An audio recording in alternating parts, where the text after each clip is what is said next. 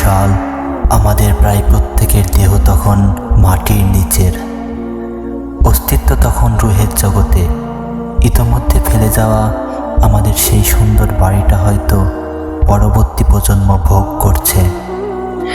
পছন্দের কাপড়গুলো ব্যাকডেটেড হয়ে গেছে, শখের গাড়িটা হয়তো অন্য কেউ চালাচ্ছে, আর আমায় খুব কমজনই স্মরণে রেখেছে হয়তো কেউ ভাবেও না। হাতে তাদের সময় নেই, যাদের জন্য এত সব করতে নিজের জীবনটাই শেষ করে দিয়েছিলাম। আচ্ছা, বাস্তবতার এই জীবনে আপনি আপনার দাদার দাদাকে কতবার স্মরণ করেন? আপনার দাদির কথা কি কখনো মনে পড়ে? পৃথিবীর বুকের আজকের এই বেঁচে থাকা এত হইচই, এত মায়া কান্না এভাবেই চলে আসছে। গত হাওয়া অসংখ্য প্রজন্মকে টপকে আমরা আমাদের এই জীবন লাভ করেছি।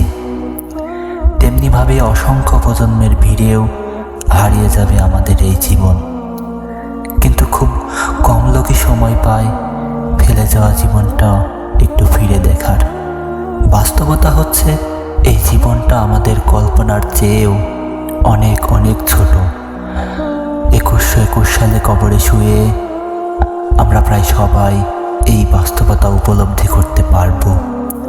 সত্যি দুনিয়ার জীবনটা কতই না তুচ্ছ ছিল, একে ঘিরে দেখা স্বপ্নগুলো কতই না নগণ্য ছিল।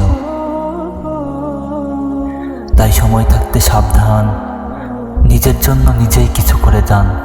তা না হলে আমরা কি দেখি, আপনার মৃত্যুর পর আপনার জন্য অন্যরা কিছু করবে সেই আশা বাদ দেন।